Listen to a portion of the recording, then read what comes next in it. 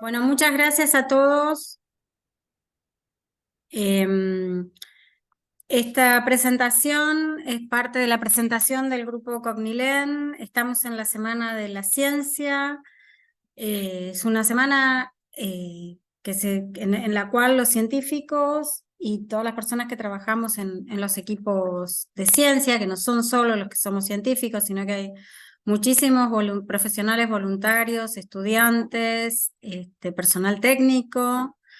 Mostramos lo que hacemos. Y bueno, nosotros teníamos planificado, o sea, diferentes actividades y bueno, ha quedado solo esta actividad virtual, pero bueno, lo que hacemos es mucho y la idea era contarles y, y acercarles nuestro trabajo y bueno, y seguir en contacto. Así que esta presentación se llama Lenguaje Atípico y Típico y es nosotros somos del CIPME. El CIPME es una unidad que depende de CONICET, es una unidad que trabaja en psicología y estadística y realiza investigaciones aplicadas, o sea, básicas e intervenciones. Nosotros estamos en esas dos partes. Bueno, la idea es que primero vean este video, que dura unos 2 minutos, y lo que les voy a pedir es que trabajen, es decir, que se fijen cuando ven el video bueno, se van a fijar en las acciones y en generalmente las palabras, porque es lenguaje de los niños, pero también les voy a pedir que me comenten qué es lo que ven de los adultos, cuáles son no solo las palabras de los adultos, sino las acciones, los gestos, las miradas, eh, y las respuestas de los niños a esos actos. Y la idea es que al final puedan responder qué es lo más importante. ¿Sí? Sí. Así que bueno, esa es la tareita. Ya empezó. Ahí está. ¿Se comparte el sonido? No, Luisa. No. Bueno, ya primer escollo técnico. Ah,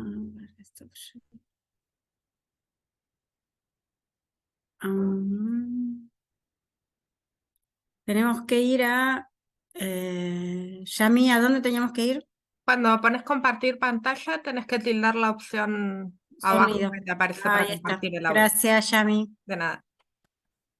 ¿Ves por qué digo que la ciencia se hace entre todos?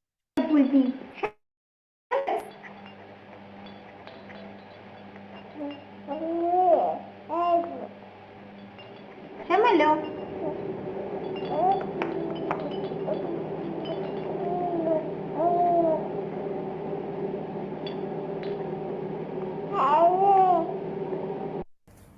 Mamá.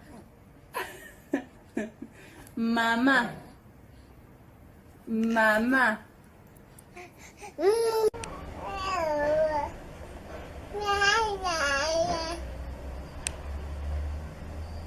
Ernesto.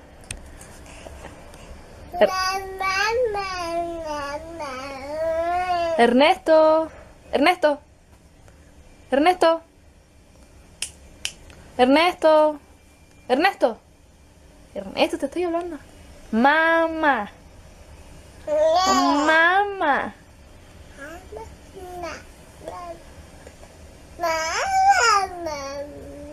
Ernesto, mamá. Mamá. A ver tú, corazón. Mamá. Mamá. Tú, pues corazón, ya, po.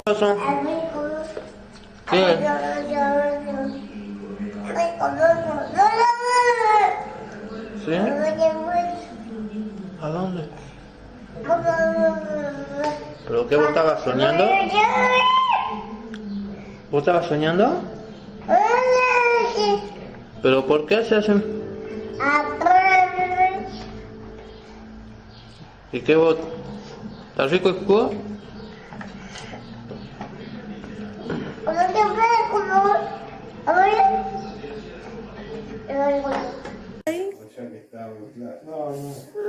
Porque iba por ese camino. ¿Por dónde iba? Por acá. Claro, ¿y qué se metió allá en el Guayquí a asistir el accidente? En la persona y el camionero. Ash. Ash, look at mommy. Ash. Ash.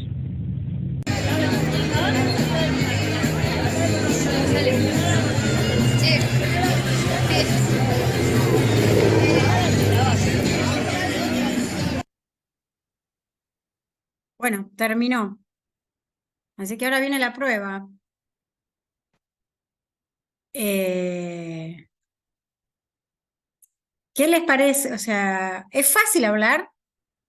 Ahí se van a tener que desmutear. O sea, primero van a tener que demostrar que es fácil hablar para ustedes. No, no es fácil. Y no nos intimides, María Luisa. Depende para quién. Para mí ahora es fácil hablar. Yo hablo mucho. Ya lo saben. Bueno, las preguntas, a ver, ¿cómo era el inicio del lenguaje? O sea, ¿cómo era el inicio del habla articulada de esos bebés? Bueno, el ¿Qué- principio, Con para balbuceos. mí, por sonidos, haciendo sonidos cortos, como el mamá, como es el inicio, o sea, es lo importante que es para los bebés que se les hable. Aunque no entiendan nada, la importancia de la palabra. Claro. Ahora, esos sonidos no son el soplido de una vela, o sea, no le hacemos... No. No, O sea, yo creo que hay como una intención comunicativa y que los que no entendemos somos los adultos. El niñito bebé que balbucea tiene una intención de decir algo, capaz de contar lo que soñó o hay algo. Lo que pasa es que tal vez nosotros ese balbuceo no lo podemos descifrar todavía. Después le damos como palabras que bueno, la terminamos de definir la cultura, pero digo que hay como una intención comunicativa en el nene en compartir lo que está viviendo, me pareció. en el que contaba el sueño y que intervenía el papá. Y en los primeros, el primero de 4 meses que le decían hablarle al pulpo o el Ernesto que tenía 5 meses. Ernesto me pareció como que tal vez había que... ¡Ernesto! ¡Ernesto! Pero en los demás como que había el balbuceo, no sé si tal vez con una mirada dirigida. Exacto, algo, a eso quiero llegar. Es decir, el lenguaje no es solo la articulación de sonidos con algún significado y con la posibilidad de que la persona que articule esos sonidos tenga una claridad en la asignación del significado que se le quiere dar. Es decir, que sepamos que sea convencional, ¿sí? O sea, siempre el lenguaje en la sociedad y en nuestros usos está acompañado de una cantidad de actos que son actos que demuestran la intención comunicativa. Es decir, no podemos separar el lenguaje de la comunicación, porque el lenguaje es básicamente comunicar intenciones de generar un trabajo con el otro, que ese trabajo puede ser mirar una pelota, coordinar mis acciones para abrir la boca y comer, jugar, hacer que un objeto inanimado, empezar a asignarle mente a un objeto inanimado, que el otro me interprete, ¿sí? O sea, que interprete cuando estoy solo y estoy haciendo una cantidad de sonidos, que le asigne una representación y entonces entre en mi mente, ¿sí? O sea, pareciera que hablar es fácil y difícil, es decir, es algo que hacemos cotidianamente y que nos olvidamos que insume mucho costo y que en ese costo están involucradas todas nuestras funciones cognitivas. Y esas funciones cognitivas no son funciones cognitivas individuales, porque en la medida que nosotros somos parte de una especie, yo no sé si ustedes estoy compartiendo y ustedes se ven. Se ve bien el slide sin ustedes, ¿no? Sí, se ve bien. Ah, ok. Entonces, no, cuando hablamos de funciones cognitivas, no hablamos de solo funciones cognitivas individuales, sino que hablamos de funciones que arrastran la historia de nosotros como especie, ¿sí? De todas esas conquistas que hicimos como humanos a lo largo de la historia. Entonces, el lenguaje, en ese sentido, es un sistema que es, en la medida que es un sistema, es un conjunto de unidades. O sea, todo sistema es un conjunto de unidades. Esas unidades se organizan, o sea, tienen diferencias entre sí. En el caso del lenguaje, no las voy a aburrir, muchos de ustedes ya lo sabrán por cuando fueron al profesorado o en los estudios universitarios, los niveles del lenguaje, ¿no? O sea, el nivel fonológico, el nivel semántico. Esos niveles en realidad lo que son diferentes grados en los que se articulan las unidades. Y cómo cada uno de esos niveles demuestra una complejidad mayor con respecto al nivel que está abajo, pero una complejidad menor y necesidad de articularse con el nivel que está arriba. Es decir, el primer nivel, que es el que casi, bueno, todos conocemos, que es el distinguir aquellos sonidos que son parte de mi lengua, es decir, aquellos fonos de aquellos que no lo son. Ese primer nivel se va a articular solo los sonidos que son de mi lengua y que me permiten distinguir palabras, o sea, me permiten distinguir unidades que transmiten significados diferentes. Se va a articular en otro nivel, que es el superior, que es el léxico, pero ahí no se termina. El sistema léxico necesita organizarse en unidades que transmitan ciertos mensajes, que son las unidades sintácticas, pero tampoco se termina ahí, porque si solo digo oraciones o enunciados, no transmito mensajes, tengo que construir discursos, y esos discursos también tienen que ser parte de acciones, ¿sí? O sea, tienen que tener propósitos, pues si no son como hablas en el vacío. Entonces, esas unidades se van articulando. ¿Y esa articulación para qué sirve? O sea, ¿solo sirve para construir representaciones? Básicamente sirve para la interacción social. Es decir, para que cada uno de nosotros intercambiemos alguien dijo por ahí intenciones comunicativas. Las intenciones comunicativas son la representación que yo tengo del mundo y de lo que quiero comunicar de mi mundo, o sea, aquello que quiero compartir. ¿Y por qué lo quiero compartir? Porque vivimos en manada, nada más que por eso, o sea, por esa simple razón. Si viviéramos solitos no tendríamos que compartir nada con nadie, seríamos como perfectos hijos únicos. Pero en la medida que como especie crecimos en manada y que construimos cultura en manada, nosotros tenemos un montón de funciones cognitivas que dependen de nuestro desarrollo social, ¿sí? Y que nuestro desarrollo social retroalimenta esa función cognitiva. Y esas funciones están ubicadas, o sea, son tan nuestras que ya forman parte de nuestro ADN y además están ubicadas neurofisiológicamente. Aunque sea una partecita chiquita de nuestro cerebro, la parte que está más cerca del cráneo, el córtex, son un montón de neuronas, millones, no soy neurobióloga, así que no les voy a dar números, pero que forman el córtex y que migran y que o sea, pasan por todas las mismas procesos que pasan las neuronas de los otros sistemas del cerebro. Entonces, les decía que estas habilidades humanas, que están específicamente involucradas con el lenguaje, que son parte de nuestro desarrollo social, son habilidades de procesamiento, por ejemplo, el procesamiento secuencial, entender qué cosas vienen. Me voy a prender la luz, perdón.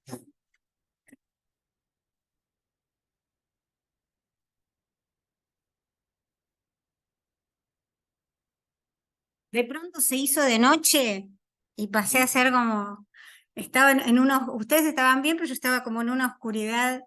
Entonces, les estaba hablando del procesamiento secuencial. El procesamiento secuencial es la posibilidad de comprender no solo las unidades del lenguaje, sino también las unidades que conforman nuestra representación del mundo. Es decir, anticipar eventos,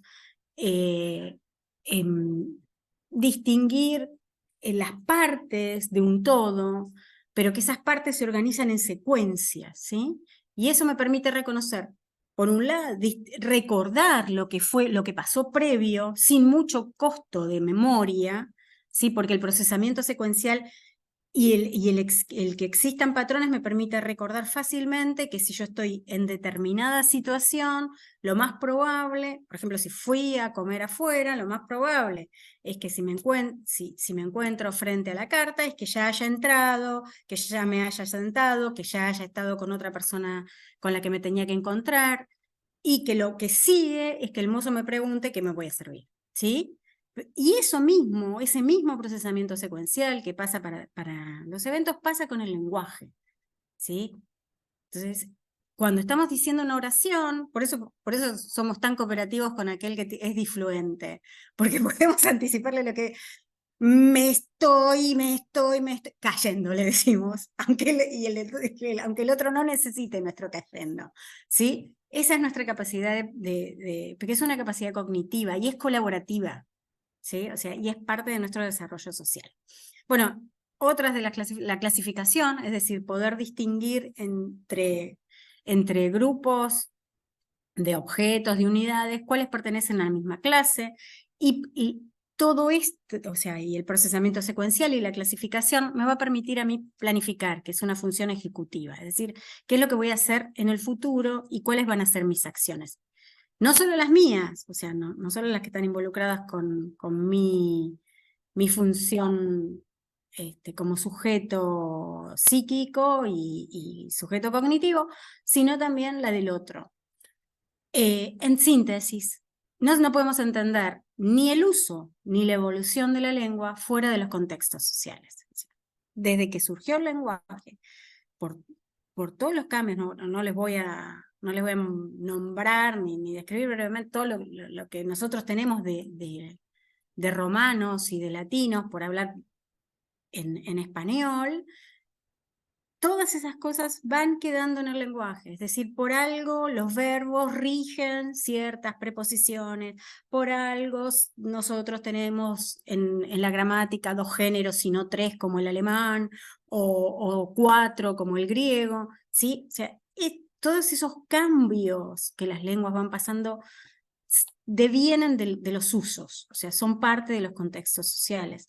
Entonces, por eso el lenguaje es el principal sistema por el cual nosotros transmitimos cultura, ¿sí? Y de allí la esencialidad del lenguaje como ligazón cultural, por eso digamos, su radical enclave en las instituciones que forman, las escuelas, todas las instituciones sociales que nos congregan, no solo la escuela, porque la iglesia también es lenguaje, o sea, las congregaciones religiosas también descansan fuertemente en el lenguaje, los reglamentos de los clubes descansan fuertemente en el lenguaje, es decir, tenemos como especie la clara noción de que el lenguaje nos constituye y nos hace grupo y nos consolida comunitariamente.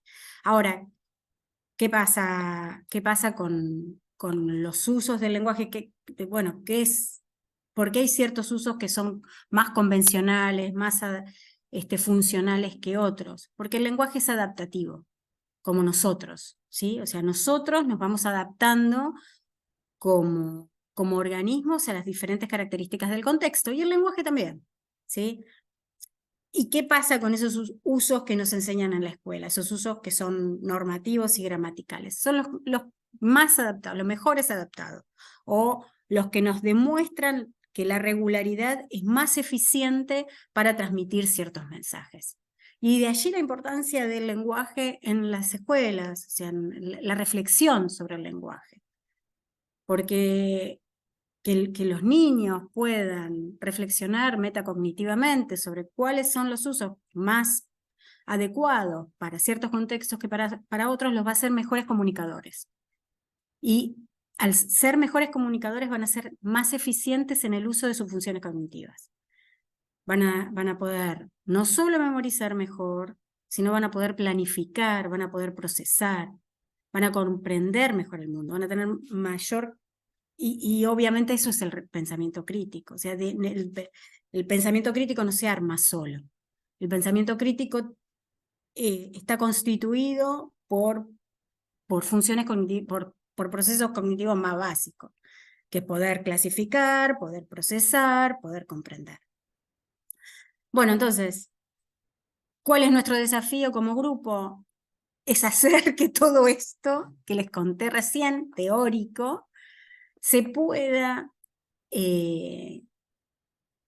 concretizar, actualizar, pueda servir, pueda crearse en entornos para que psicopedagogos, fonoaudiólogos, docentes puedan crear tareas que les permitan reconocer cuáles son los usos típicos, es decir, los más frecuentes, los más regulares, los más adaptativos, y los usos que no son parte de esos usos típicos, que puedan estar marcándonos que hay personas con otras formas de procesar la realidad, ¿sí? Y este es el concepto que nosotros trabajamos desde hace poquito tiempo, pero me parece que es muy útil para comprender el desarrollo, que es el de neurodiversidad, ¿sí? O sea, nosotros tenemos cerebritos diferentes, nuestros cerebros no son todos iguales, ¿sí? Y como nuestras conexiones neuronales son diferentes,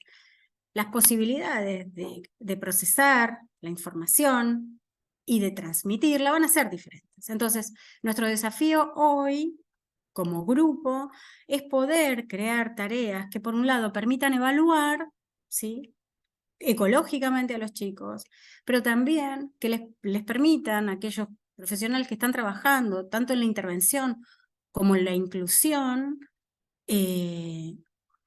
contextos que vuelvan al lenguaje, a su función, que no sea evaluativa, sino que sea esa función social, y que a los chicos los permita incluir en las actividades que están realizando. Entonces, tratamos de tener un marco integrativo y comprender esos fenómenos que el lenguaje que involucra el uso del lenguaje. Entonces, repaso brevemente, las relaciones entre lenguaje y cognición son, primero, relaciones entre funciones de procesamiento de la información, que es lo que les contaba, memoria, procesamiento secuencial y funciones ejecutivas. Como ven, se superponen relaciones con habilidades de cognición social, y esto es lo que nosotros estamos trabajando ahora, que son chicos con características del espectro autista, entonces son chicos que tienen dificultades en anticipar la mente del otro, ¿sí?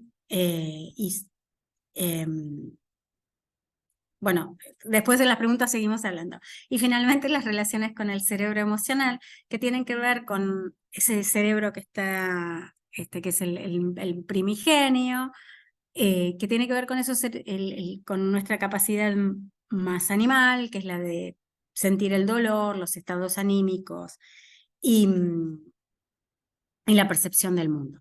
Las investigaciones del grupo, y aquí voy a dejar que empiecen a hablar las chicas, voy a contarles 3 investigaciones. Vamos a empezar con la primera, que es la de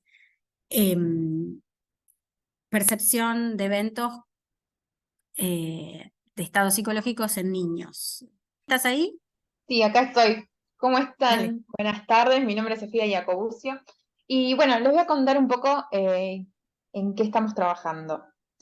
Mi investigación se llama Codificación y Perspectivización de Eventos con distintos grados de afectación lactantes en niños con condición Asperger. Ahora, ¿qué significa todo esto? Básicamente, lo que estamos haciendo es estudiar cómo los chicos con las características del Asperger expresan desde su punto de vista las emociones de distintos personajes a la hora de contar un cuento. Esta investigación surgió porque está muy asociada al autismo la idea de que se trata de personas que no pueden expresar lo que sienten o que no entienden las emociones de los demás. Seguramente alguno de ustedes habrá visto o escuchado a su hijo jugando con imágenes que representan emociones. Bueno, esta idea está muy consolidada hoy en día y seguramente muchos niños sacan provecho de este tipo de actividades, ¿no? Pero, ¿qué pasó?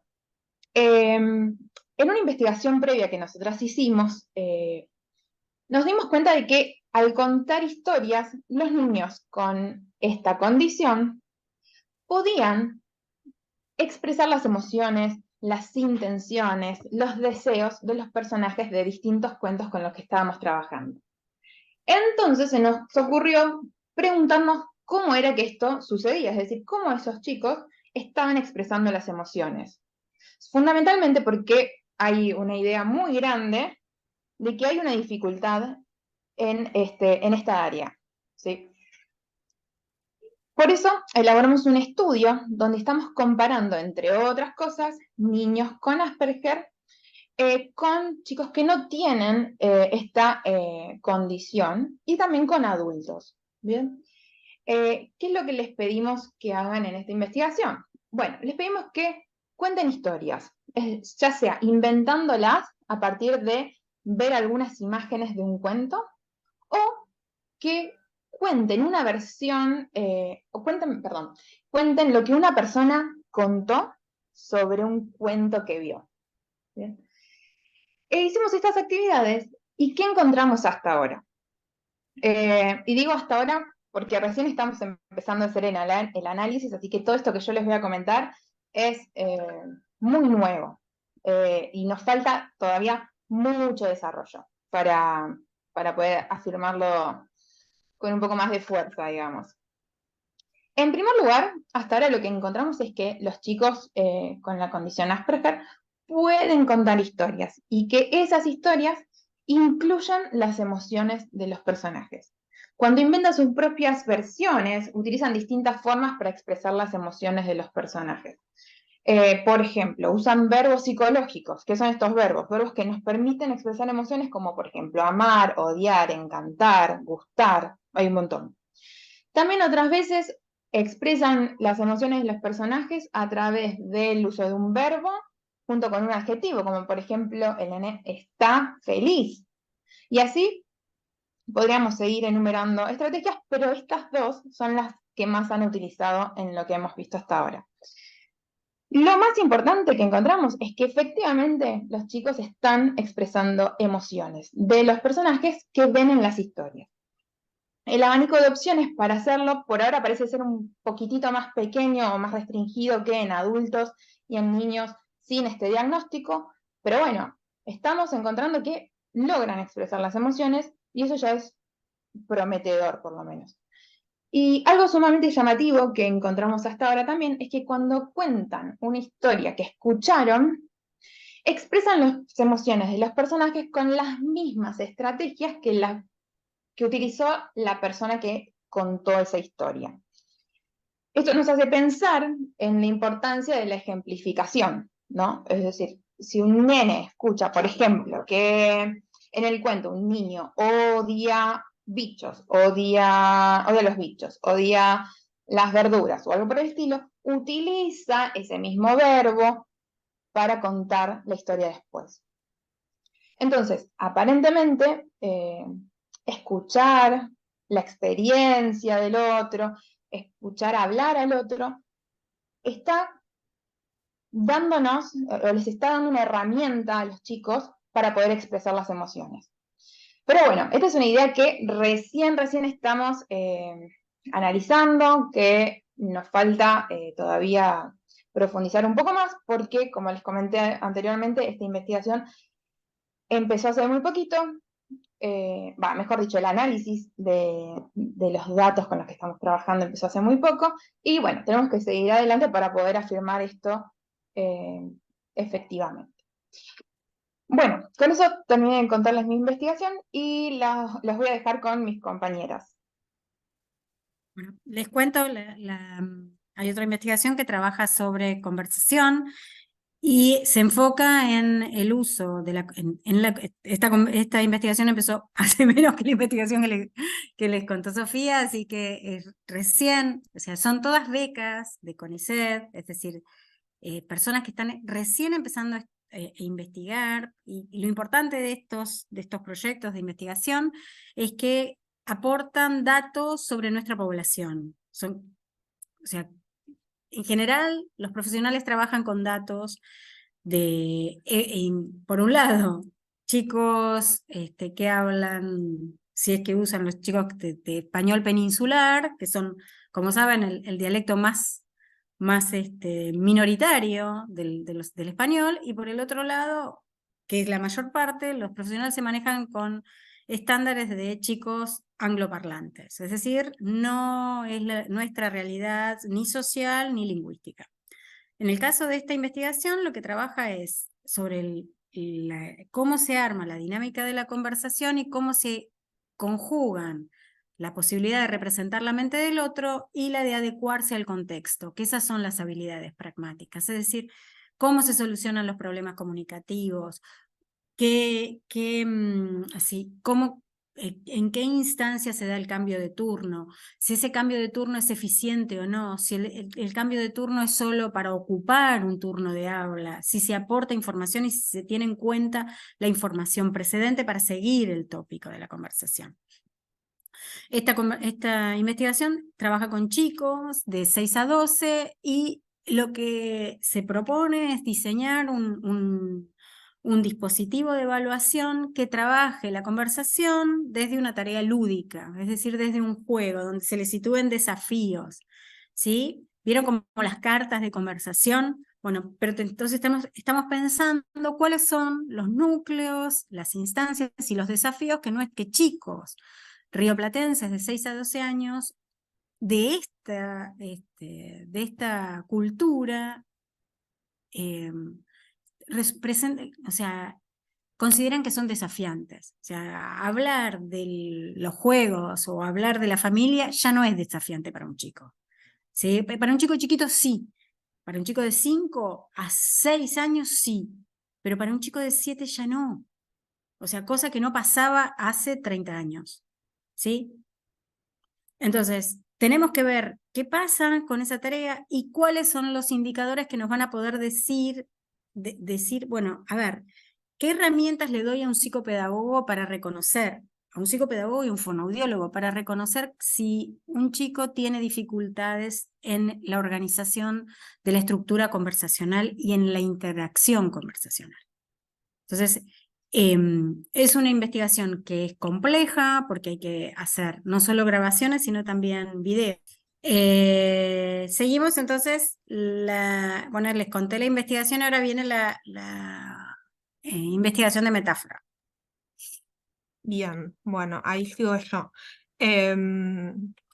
Bueno, primero dos aclaraciones.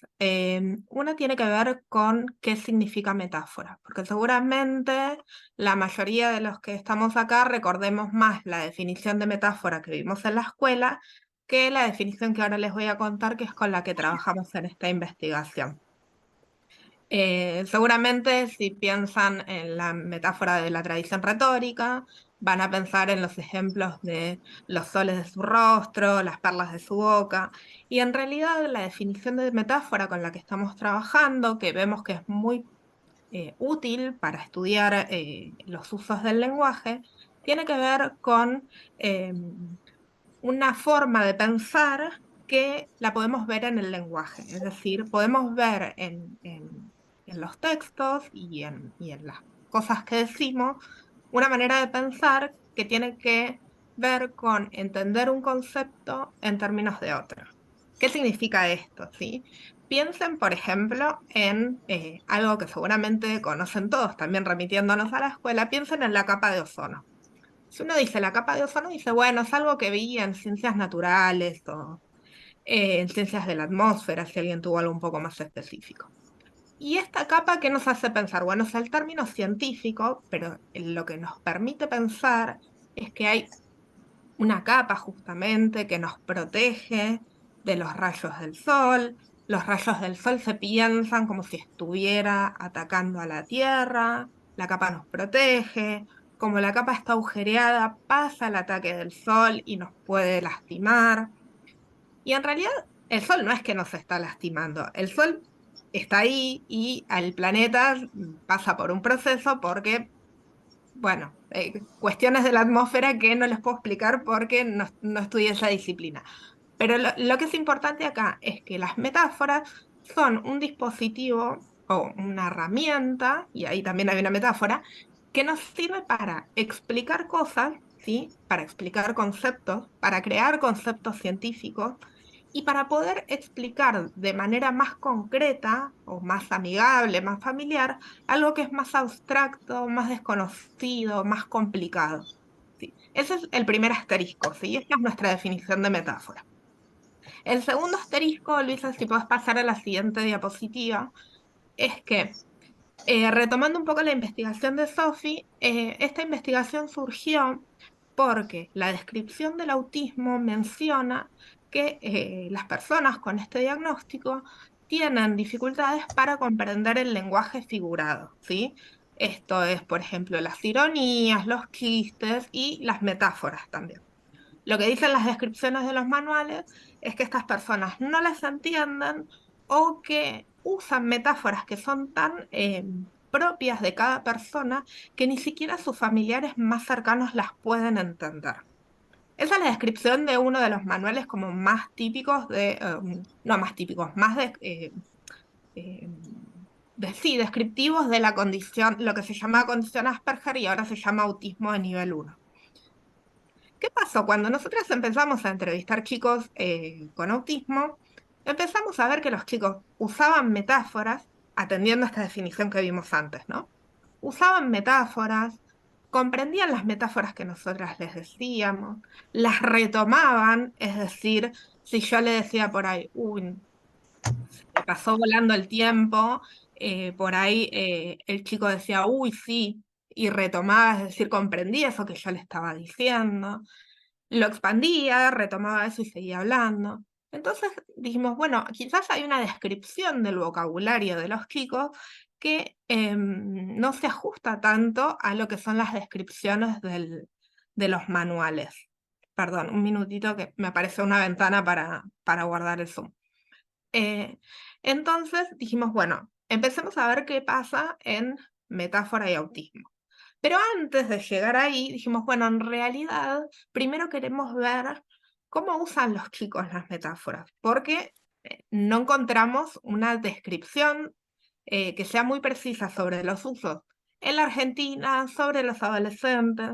Entonces dimos como un paso al costado en la investigación que estoy haciendo ahora, que es parte de una beca doctoral, y vimos, primero que hay una gran discusión entre los distintos investigadores sobre si la metáfora o el lenguaje metafórico se desarrolla desde que somos bebés, como los videos que nos estuvo mostrando María Luisa al principio, o si es de lo que se denomina desarrollo tardío. ¿Qué significa esto? Que, bueno, es una habilidad que en realidad sabemos usar cuando somos más grandes, ¿sí? En general se ubica hacia la adolescencia. Bueno, entonces ya primero tenemos una discusión teórica que no está muy resuelta. No es lo mismo estudiar un fenómeno cuando estudiamos lenguaje si pensamos que la actividad, que la habilidad ya se domina o no.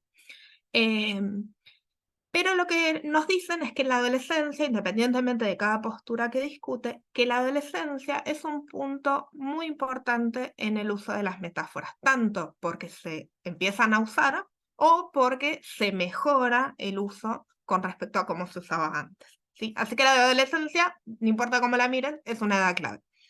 Por otro lado, vimos que son una excelente herramienta para explicar conceptos, como vimos en el ejemplo de la capa de ozono, ¿sí? Y como les dije, no sabemos cómo usan los adolescentes las metáforas, ¿sí? Entonces, esto es lo que empezamos a mirar en la investigación. Y por otro lado, dijimos, bueno, ¿y qué pasa cuando en los manuales escolares, por ejemplo, que es uno de los dispositivos por excelencia de donde se explican temas a los chicos? Si una metáfora sirve para explicar, bueno, ¿dónde está el material que podemos ver para ver cómo se les explica a los chicos?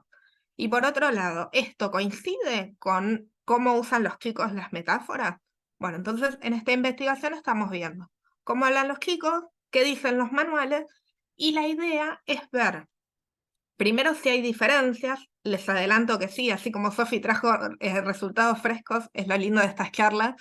Yo hoy estuve analizando datos, así que les puedo contar que es muy parecida la cantidad de metáforas que usan los manuales y los chicos cuando explican en ciencias sociales, pero no así en ciencias naturales.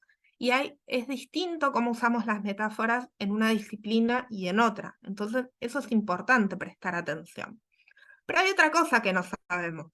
Es decir, hay diferencia quizás entre los manuales y cómo hablan los chicos, pero no sabemos si esa diferencia promueve o no el aprendizaje, ¿sí?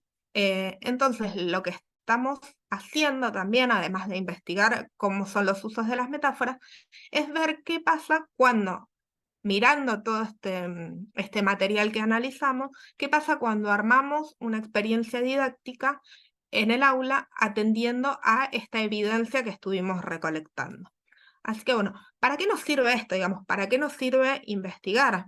Bueno, porque podemos pensar mejores maneras de enseñar, porque podemos conocer a nuestra población, como dijeron María Luisa y Sofi, porque quizás tenemos descripciones que son de otras culturas, de otros idiomas, de otras edades, ¿sí?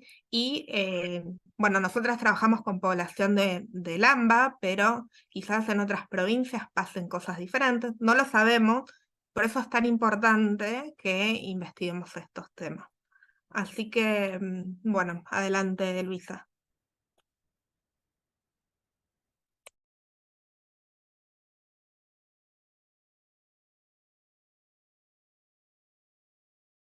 Luisa, estás muteada. Estás muteada, Luisa. Entonces no escucharon, ya terminó. No. Ahí está. No, la idea es contarles que también trabajamos en cosas que pasan, o sea, cómo hacemos para que todas estas investigaciones básicas ayuden también a mejorar los procesos que se desarrollan en la escuela, relaciones que se pasan en casa y también después cuando los chicos, cuando ya somos adultos, ¿no? Entonces les voy a contar, sería bueno que avanzara, pero se trabó. A ver, esperen que se trabó, ahí está. Nosotros trabajamos mucho con intervención didáctica y por suerte, Victoria, ¿querés contar qué es estrategias lúdicas?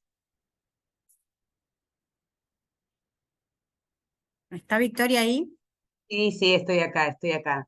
Estrategias lúdicas, hola a todos, es un material que armamos para pensar en el léxico, que es una de las dificultades que reportan los docentes y los directivos con los que estamos en contacto, que es un gran desafío para arrancar el desarrollo de la expresión oral.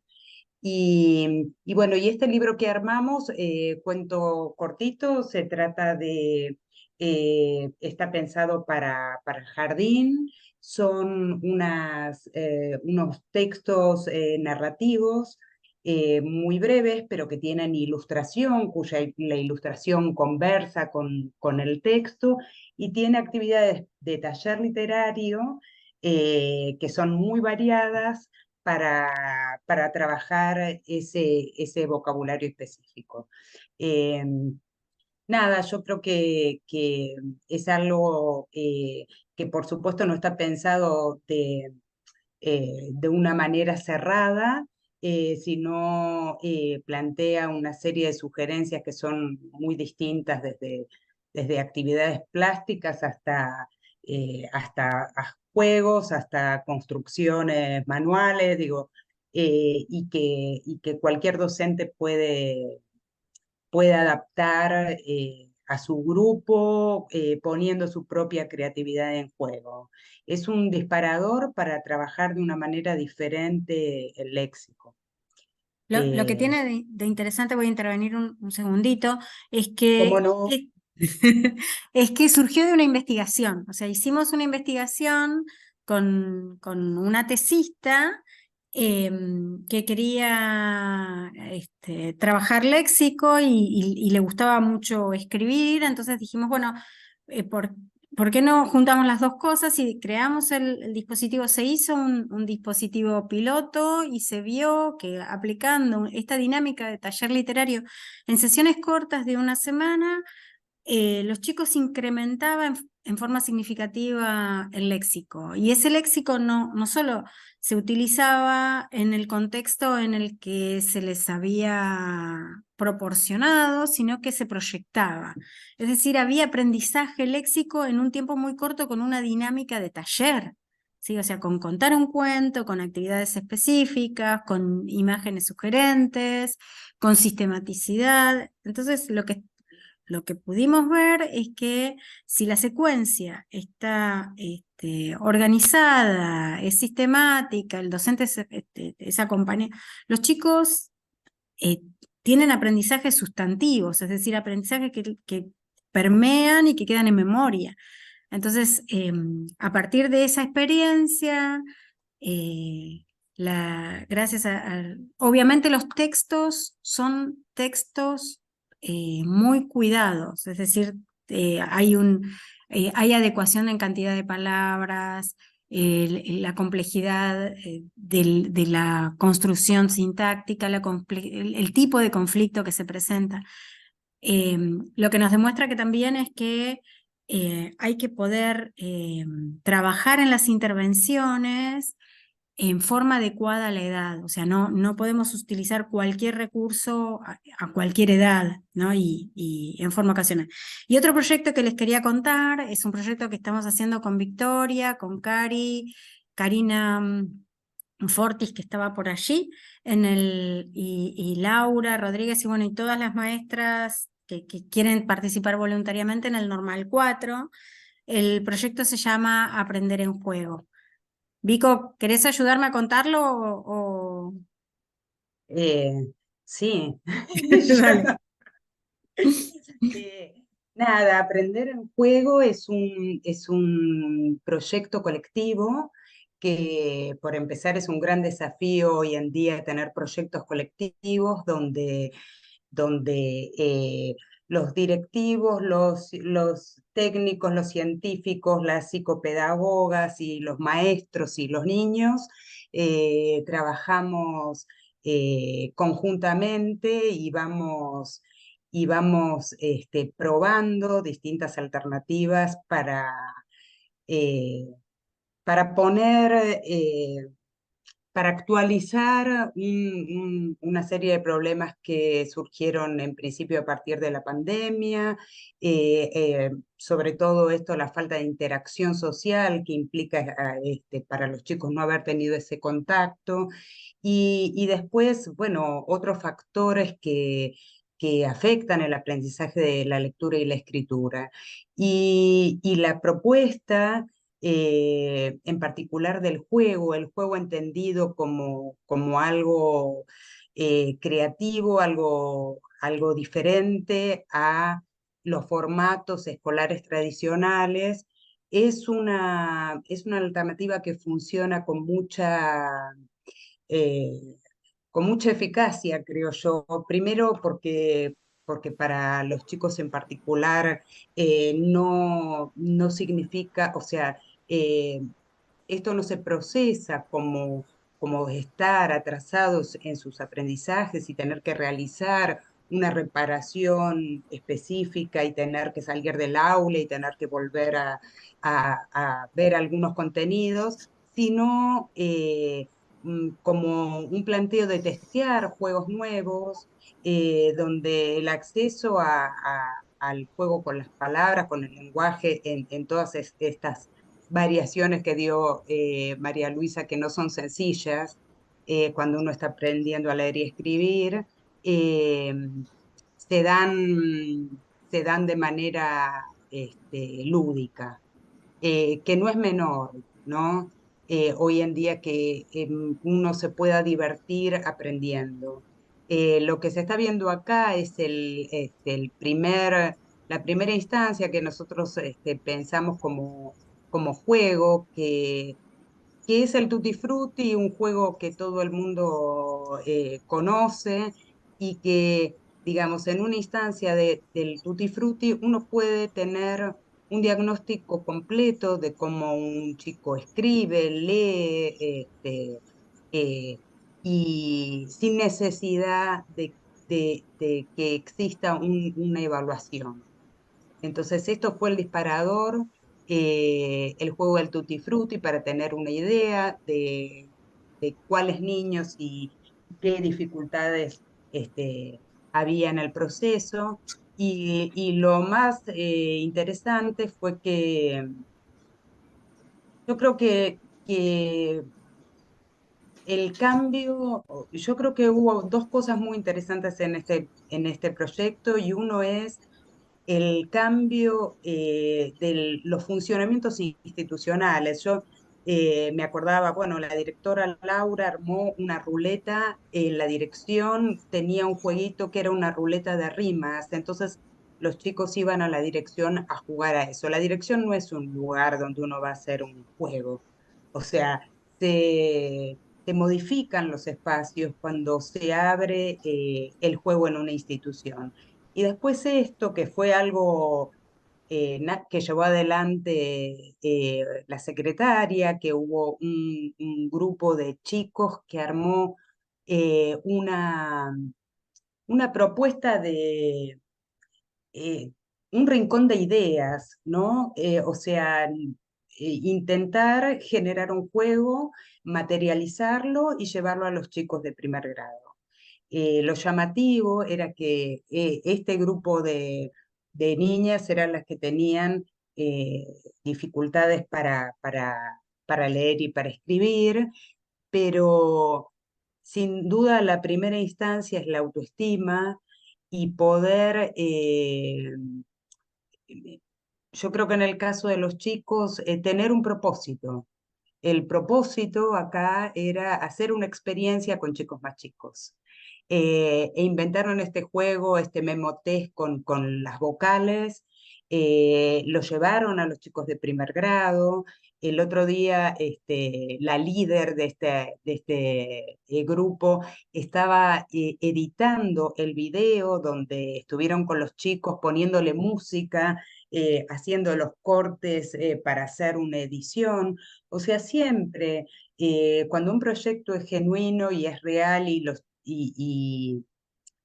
hay un compromiso, yo creo que colectivo, porque esto hay una institución que lo está, y todos sus participantes que están atentos a esto, funciona, y surgen estas sorpresas, porque esto no estaba dentro del programa, no estaba pensado como una actividad específica.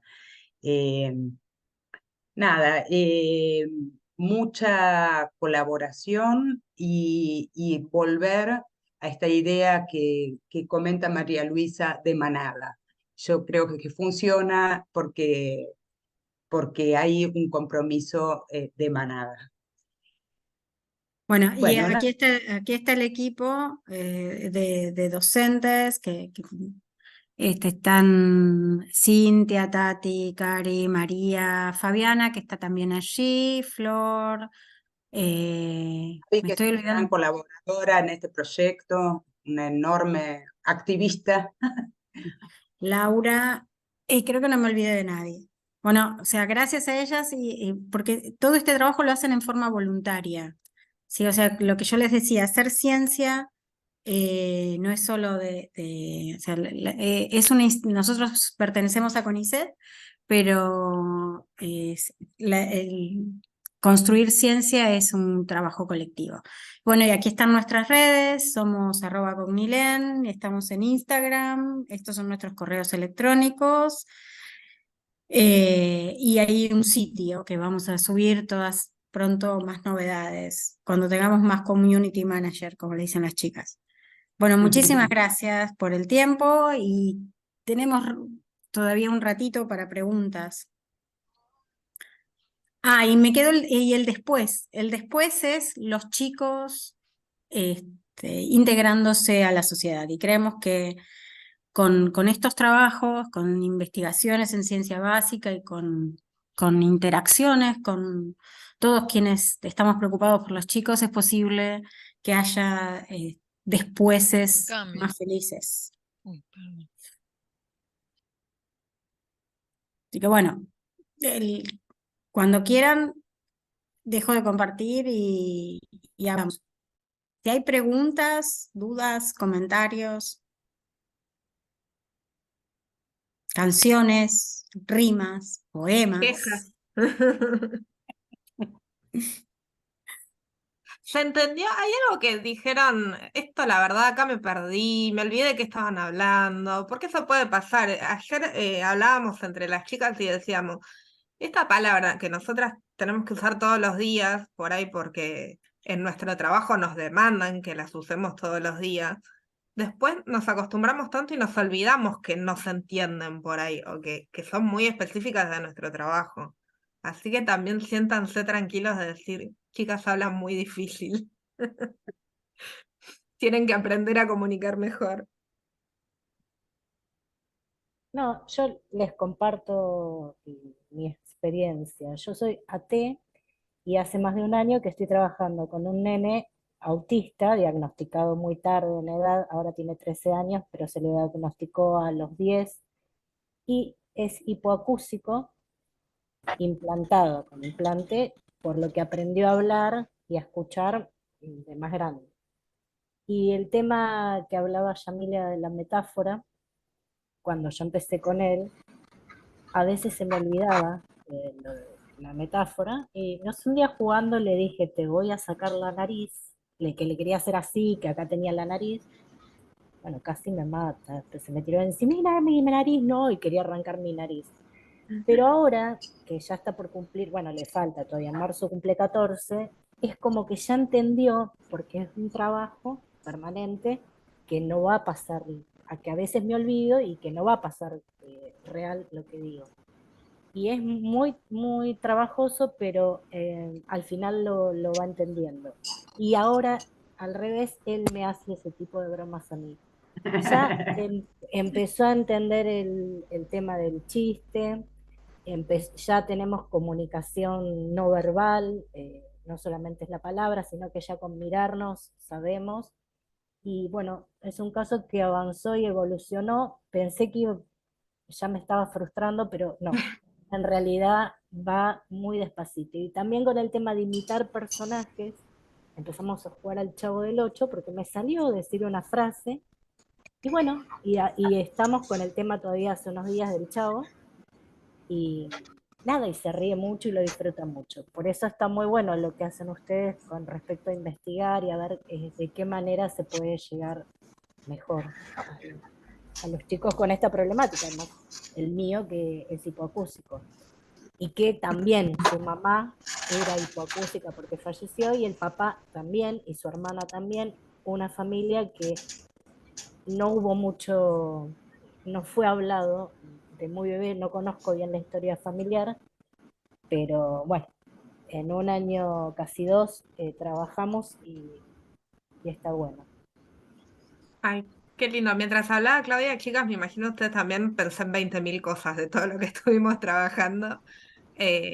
Nosotras presentamos un trabajo en un congreso el año pasado o el anterior sobre humor en autismo, y veíamos que el humor dependía mucho de la interacción justamente, y esto que contaba Luisa también, hay un uso social, entonces nosotros aprendemos, quizás a diferentes ritmos, esto que en realidad no me vas a sacar la nariz de verdad, sino que es un juego en el que cuando aprendemos cómo funciona nos vamos a divertir los dos, vos también me podés sacar la nariz a mí.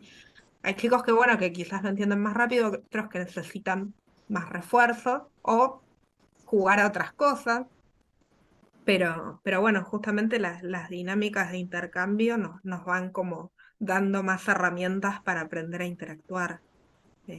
Nada, re lindo. Y después lo de la mirada, eso, Sofi, me imagino que también pensaste un montón Pero sí, nosotras hemos visto, las descripciones dicen que los chicos no miran y en realidad nosotras hemos visto de todo, chicos que miran súper Sí. fijo, chicos que no miran, chicos que miran y Es no que ponen la que, atención. perdón que interrumpa, pero creo que lo que estamos viendo es hola. que cada niño, ¿Se me escucha?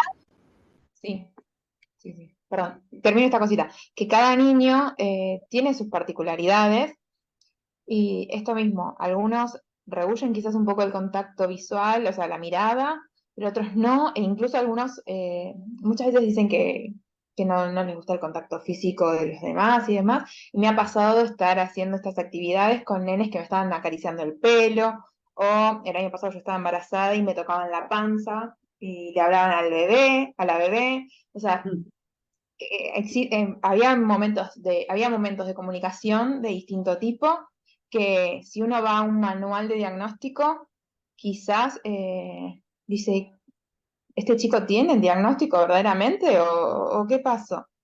Y bueno, nosotros nos estamos centrando mucho en, bueno, estas particularidades, en entender que es un espectro y que cada chico es único y que hay que ir acompañándolo, hay que acompañar cada trayectoria, digamos.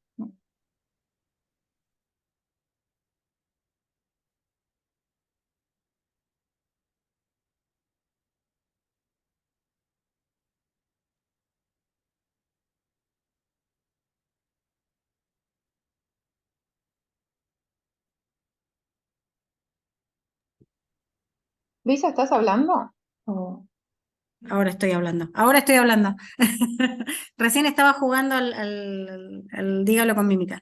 Hay alguien que pregunta si vamos a dar nuevos hallazgos y formas de intervención. Sí, esa es la idea, o sea que la evidencia científica permita construir. Estamos trabajando con una empresa también de tecnología, o sea, la idea es también hacer software y Victoria, y también en algún momento trabajamos con una productora audiovisual.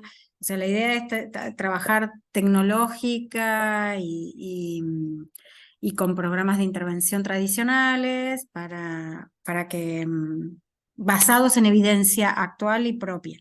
¿Sí? Lo que pasa es que lo que les decía es que el trabajo científico es lento. O sea, que es, no se puede hacer ciencia viendo un solo caso. O sea, eso es una anécdota, no es ciencia. O sea, requiere mucha población, requiere mucho tiempo de análisis, el análisis tiene que ser riguroso y nosotros llevamos a cabo dos tipos o sea, nosotros, como es una metodología tan, digamos, cercana a lo artesanal, porque tratamos de integrar, queremos en la cognición como un todo, Entonces eso lleva a que cuando tenemos algún dato, ese dato lo reanalizamos y por ello nos lleva un poquito más de tiempo. Y entonces a veces los hallazgos no son del sí o no y no son cosas que se hacen en 3 meses, sino que en general nuestros procesos tardan 1 año. Entonces, bueno, además por el otro lado también somos muy cuidadosos de las familias y de los chicos. Entonces, antes de muchas veces publicar o dar en un congreso, nos reunimos con las familias, les damos devoluciones, les damos los informes, tratamos de seguir en contacto con los chicos, es decir, tratamos de ser con los profesionales también que trabajan. Y bueno, pero la idea es ir publicando. O sea, tenemos varias publicaciones, vamos a subirlas Trabajamos en humor, las chicas trabajaron en represión, yo trabajo en sintaxis, porque no les conté que es lo más aburrido.